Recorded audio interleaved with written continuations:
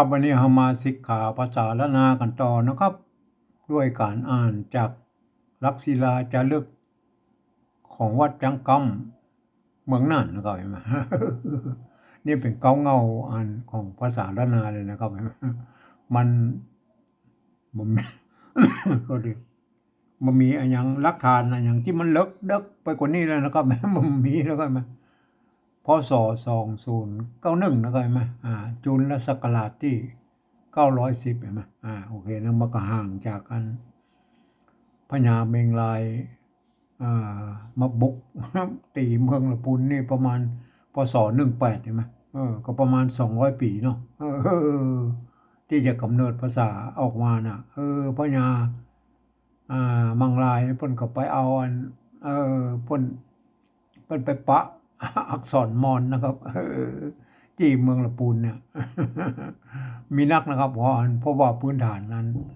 ของเจ้ามอญสมัยอันพระนางจามเทวีแล้วก็โอ้โหหรือก่อนนั้นเห็นไหมมันเป็นอันอืม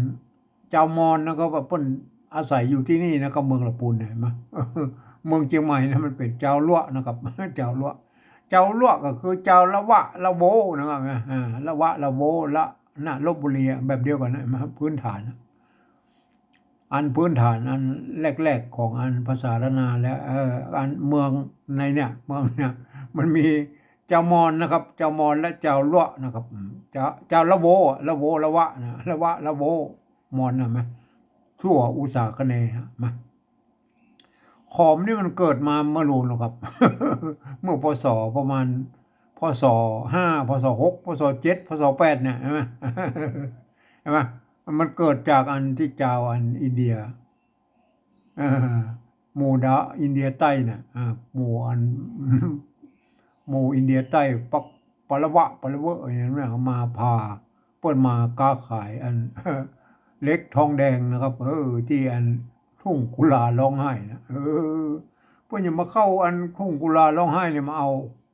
าขุดไอ้ทองแดงไปอันเอ่อและเหล็กนะครับเหล็กก็มันจะเหนือเข้ามาหน่อยนะครับเหล็กมันมีอยู่2ที่นะครับเห็นไหมอยู่ที่เมืองเลยนะครับเห็นไหมเมืองเลยแล้วก็อันเล็กที่อัน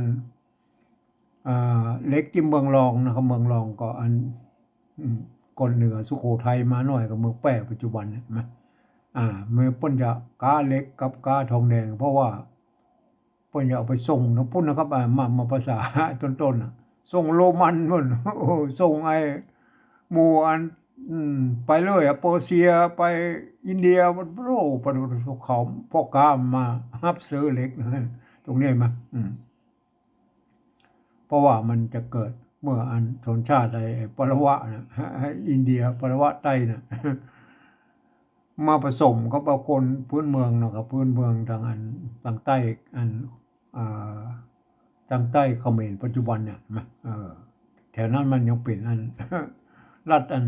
แตะกอนมันเป็นรัฐอันจำปาก็แล้วครับปากอ่าวน่ะ อ่าแล้วก็มันผสมมากลายเป็นขอม นี่โจรชาติขอมเพิ่งเกิดมาเมื่อรุ่นนะครับครับก็ตัวหนังสือขอมนี่มันเกิดมาเมื่อรุ่นนะครับเมื่อพศ7พศ8อะไรมา ก็เมื่อคนอินเดียมาอยู่เพิ่นก็ เอาตัวหนังสือมาตัวนะครับ ก็เขียนเป็นอักษรขอมใช่ไหมอักษรขอมสำหรับอักษรมอญน่ะมันเกิดจากปุ่นน่ะมา ปุ่นนั้นอินเดียอันโมปรวะโมอย่างนั้นบ่ขึ้นทางติมอดละมะทางพม่าปัจจุบันเนี่ยทางใต้บ่ล่ะมะลิตะนาวสีปอตะมะเนี่ยเห็นไหมล่องมาจนกระเพอันสิงขอนนั้นเพนะครับแถวอันเพชรบุรีป่ะนะมาโอ้โหอันนี้แถบเนี่ยที่เป็นอันหมู่อันค้าขายที่มาขึ้นตรงนั้นครับแหมอักษรพวกเอามาแปลแล้วนะเป็นอักษรมอญนะครับไหมอักษรมอญและอักษรขอมมันมีอยู่2อย่างนะครับเห็นไหมอย่างอักษรพม่าปัจจุบันนี่มันก็เกิดจากอักษรมอญนะครับไหม อัน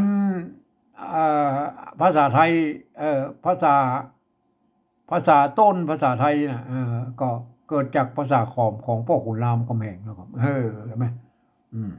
สำหรับภาษาล้านนาเฮายังเป็นลมเป็นฝนอยู่นะครับ ก็หลังจากอัน พญามังลายมาตีเมืองละปุนนี่มาโอ้ยประมาณหนึ่งพศ19กว่าๆนะครับมาภาษาพระขามเพิ่นมีแล้วนะครับเอามาแพร่หลายในอันภาคเหนืออันตั้งเหนือของเขาน่ะก็คือ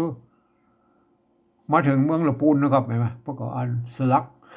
ลักศิลาจะลึกไว้ลักนะที่อันวัดเมืองละปูนน่ะไปพอนะครับลักศิลาจะลึกภาษาอันพระขามมันของพวกคุณรามนะเห็นไหมภาษาพระขามเห็นไหม อันทำมากี่ปีนะมา4-5 ปี10 ปีก็มั่วนะก็บอกเลยมาเป้มาถึงวัดเชียงมั่นไปแล้วก็มาสลักอาสรพระขามลักศิลาจะลึกไว้หำลักหน่อยมาโอ้ยมาแต่ก็ยังว่านะมันมากับมานะมันแบบเป็นที่นิยมของอัน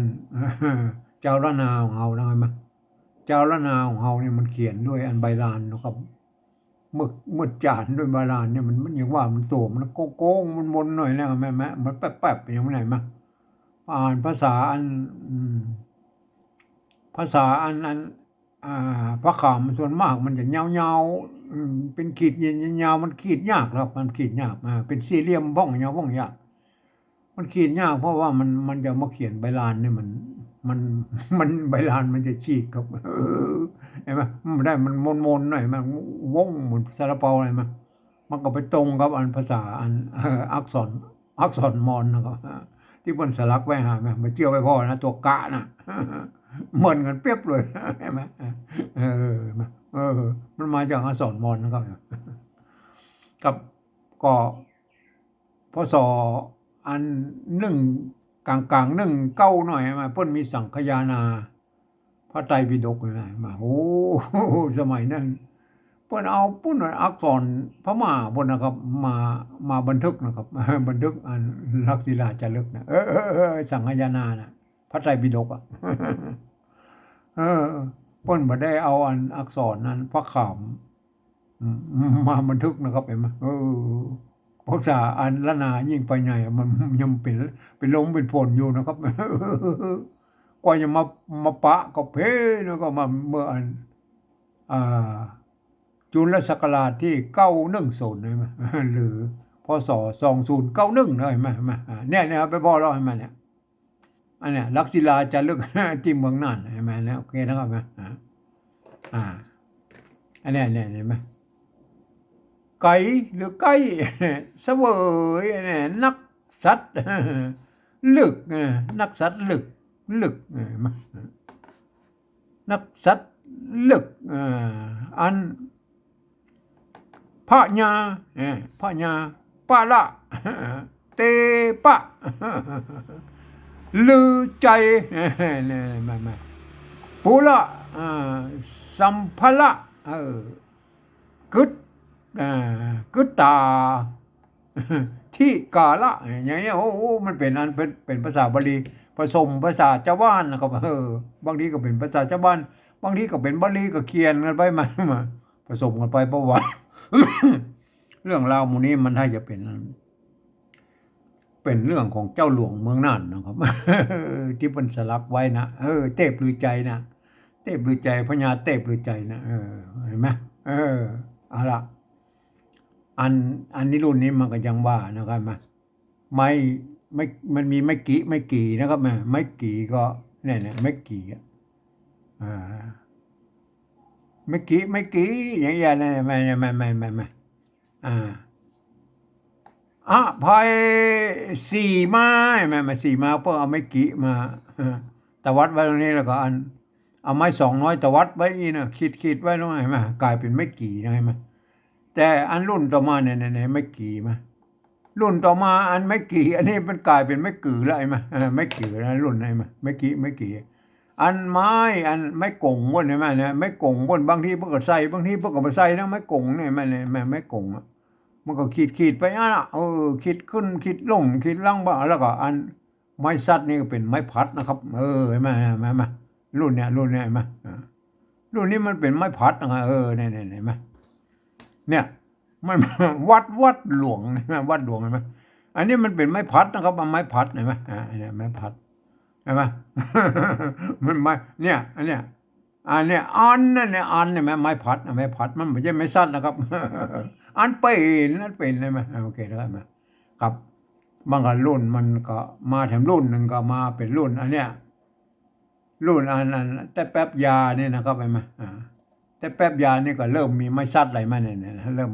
กลายเป็นไม้สั้นละไม้สั้นละมาเปลี่ยนจากไม้พัดนั้นมาเป็นไม้สั้นหน่อยแต่ไม้สั้นอันในภาษาละนารุ่นเนี้ยก็รุ่นประมาณ400 ปีเนี่ยมาหลังจากอันต้นเงาของภาษาละนาวัดเมืองนั่นนะใช่ไหมวัดจักรเมืองนั่นอันรุ่นนี้ก็จะพัฒนาขึ้นไปได้เอาเนี่ยอันเมื่อกี้ตอนอันเป็นปูนอยู่อันตอนนั้นเป็นอันลักศิลาบนตอนนี้พวกเราเป็นไม่กือแล้วก็เห็นไหมฮือเห็นไหมเล่มฮืออันเนี้ยเห็นไหมอ่า8 ตวงใส่แป้งอย่างเงี้ยเนี่ยเป็นไม่มันเป็นไม่กือไปแล้วนะไงมาไม้ซัดนี่มันทำหน้าที่เป็นไม้พัดโดยไม้กักโดยอันไม้อันกับเสียงตัวอย่างเงี้ยนะโอ้หลายหน้าที่นะครับสมัยเนี่ยแม่มันเป็นยังไงมาก็อย่างว่ามันพัฒนามาแล้วนะครับลุงมันพัฒนามาเห็นไหมเนี่ยเศร้าเล่ม1ฮือ8 ตวงใส่แป้งเต้าว่า3เครื่องปูจามหาเห็นไหมเจ็บปวดกัดนักเอานามG5 โอเคนะตาหายอันนี้มันเป็นรุ่นที่ยังไม่มีไม้เยาะไม้ขอจ้างนะครับก็คือไม่เอกไม่โทนะครับต่อมารุ่นประมาณ200 ปีลงมานะครับเห็นไหมเนี่ยฝรั่งมังค่าปนมาก้าไม้ที่เมืองเหนือนี่ของเขาเนี่ยนะเห็นไหมเชียงใหม่แป้น่าน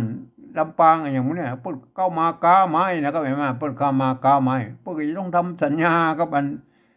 เจ้าเมืองหรือเจ้าหลวงอันของเชียงใหม่แป้น่านนะครับเห็นไหมมาเปิ้นอย่างว่าเปิ้นเอาภาษาฝรั่งเนี่ยมาเฮืออันภาษาโพลนามาเซ็นเนี่ยโอ้บ่ฮู้เรื่องเว้ยพวกเลยต้องเรียนภาษาละนาของเฮานะครับเห็นไหมเรียนเสร็จแล้วพวกก็แกะเป็นตัวพิมพ์แล้วเนี่ยเอาใส่แท่นพิมพ์อยู่โรงพิมพ์พุ่นก็มาเนี่ยมาอันส่วนหนึ่งพวกก็เอาใจมาเป็นทำสัญญาทำอันอย่างนอกไหมส่วนหนึ่งก็พวกเอาพิมพ์หนังสือไปเล่มเกี่ยวกับข้าวเกี่ยวกับมันสอบจ้อยสบะสะเปแล้วก็ที่มันเป็น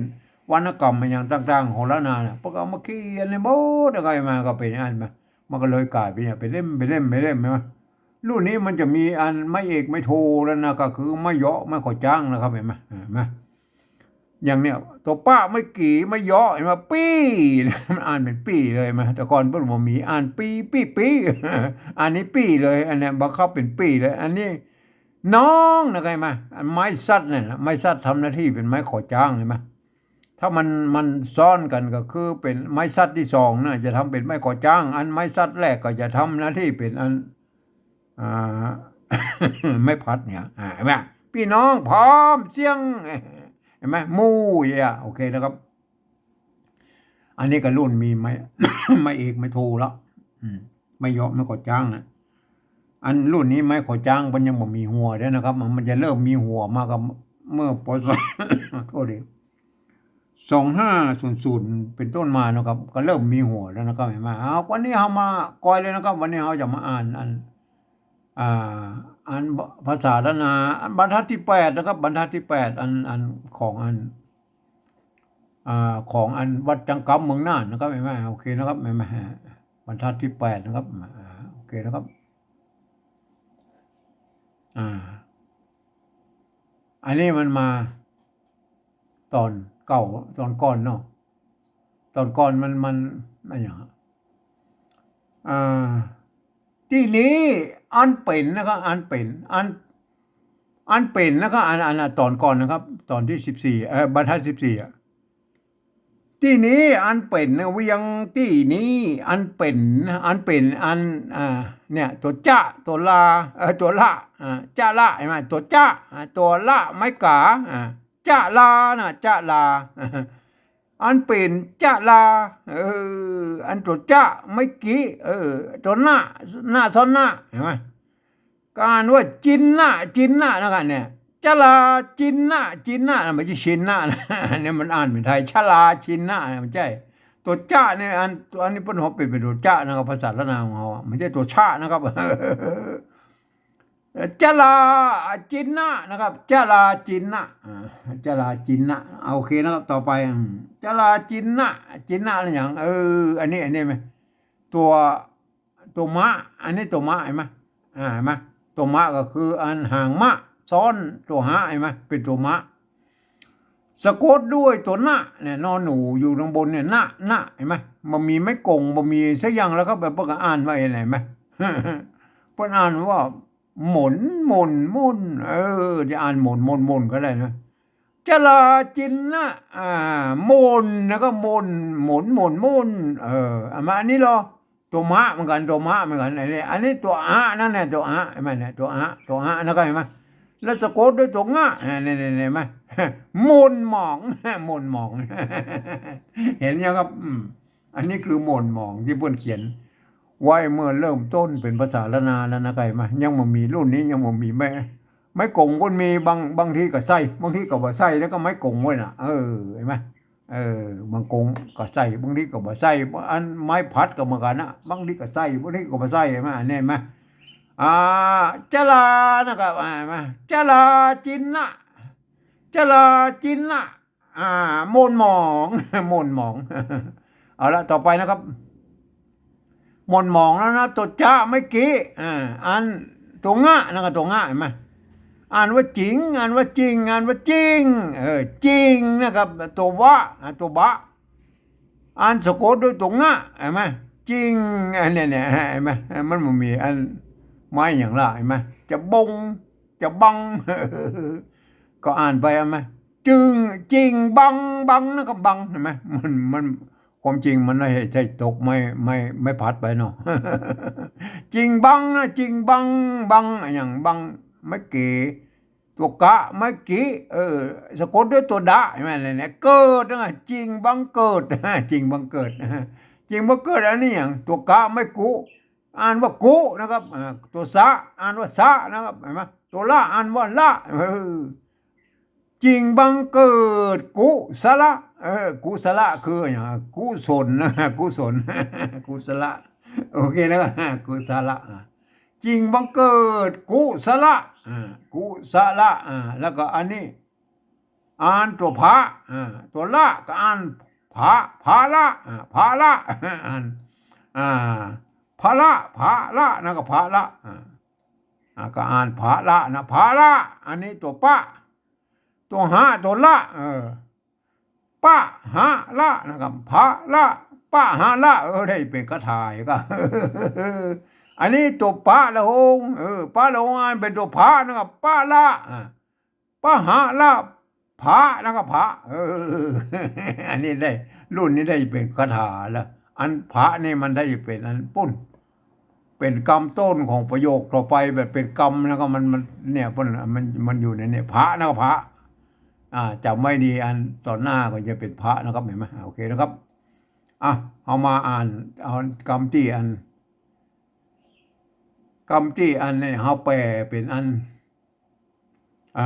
เอาภาษาไทยมาเขียนเนื้อเป็นสำเนียงของอันเชียงใหม่ไตยอนนะครับเห็นไหมเชียงใหม่คนเมืองไตยอนนะเห็นไหมอ่านว่านะครับเนี่ยจะลาจันลาจินนะนะครับจินนะไม่ใช่ชินนะครับจะลาจินนะจะลาจินนะจะลาจินนะมนหมองนะมนหมองจิลาจันนะมนหมองจริงบังเกิดกุศลภาละปะหาละแล้วก็อันนี้พระนะครับเนี่ยตัวพระละโหงเนี่ยอ่านเป็นพระนะครับพระมันจะเป็นอันเป็นต้นของกรรมประโยคต่ออันบรรทัดต่อไปมันจะต้องมันเนี่ยมันพอดีมันเขียนบ่หมดนะครับพวกเราไปเขียนเป็นอันบรรทัดถึงเอามาอ่านรวดๆเหรอจะละจินนะมนหมองจะละจินนะ หม่นหมองนะครับหม่นหมองจริงบังเกิดกุศลเอ่อภะละปะหะละพระไอ้พวกปะหะละอย่างพวกเนี้ยถ้าอย่าเป็นคาถาครับของให้ท่านไปพวกอ่านกันนะครับตามที่ผมแนะนำมาเนี่ยเห็นไหมมันเป็นภาษาเก้าเง่าของเขานะครับภาษาละนาวของเขามันเริ่มมาจากที่นี่แหละเห็นไหมอาจจะเกิดมาก่อน50 ปี60 ปี100 ปีกับหมูแต่มันไม่มีหลักฐานนะครับเห็นไหมมันมีหลักฐานเมื่อเนี่ยจุลศักราชที่อัน910เนี่ยเห็นไหมโอเคนะครับขอให้ท่านไปสิกขานะครับวันนี้ผมก็ขอบรรยายเพียงแค่นี้ก่อนนะครับ